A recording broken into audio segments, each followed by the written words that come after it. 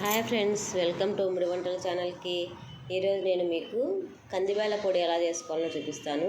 కందిబ్యాల పొడికి కావాల్సిన పదార్థాలు: dry roast చేసిన కందిబ్యాళ్ళు, కొంచెం ఉప్పు, కొన్ని ఎల్లిపాయలు, ఒట్టి మిరపకాయలు.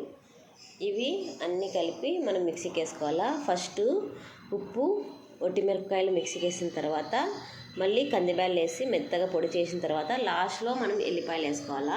ఎల్లిపాయలు వేసుకుంటే ఫస్ట్లోనే మెత్తగా అయిపోయి పొడి రాదనమాట.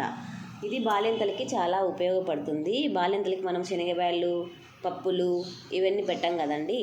కాబట్టి మనం కందిబ్యాళ్ళ పొడి కానీ, ఉద్దిబ్యాళ్ళ పొడి కానీ, నువ్వుల పొడి కానీ, కరివేపాకు పొడి కానీ ఇవన్నీ పెట్టచ్చు. సో కందిబ్యాళ్ళ పొడిని నేను తయారు చేసే ఎట్లానో చూపిస్తాను. ఫస్ట్ మనం ఒట్టిమిరపకాయలు, ఉప్పు వేసుకోవాలి కదా మిక్సీకి. ఇలా ఒట్టిమిరపకాయలు, ఉప్పు ఫస్ట్ మిక్సీకి వేసుకుంటున్నాను. ఇలా మిక్సీకి వేసుకున్న తర్వాత దాంట్లోనే కందిబ్యాళ్ళు వేసుకుంటున్నాను. ఇలా ఇవి కూడా వేసుకుని దాంట్లోనే ఆ మిశ్రమంలోకి ఉప్పు, మిరపకాయలు వేసుకున్నాం కదా, దాంట్లోకి కందిబ్యాళ్ళు కూడా వేసుకొని మెత్తగా పొడి చేసుకుంటాను. ఇలా మిక్సీకి వేసుకున్న తర్వాత దాంట్లోనే ఎల్లిపాయలు వేసేసి మిక్సీకి వేసుకుందాం. అంతే, మన కందిబ్యాళ్ళ పొడి రెడీ అయిపోయింది. Hi friends.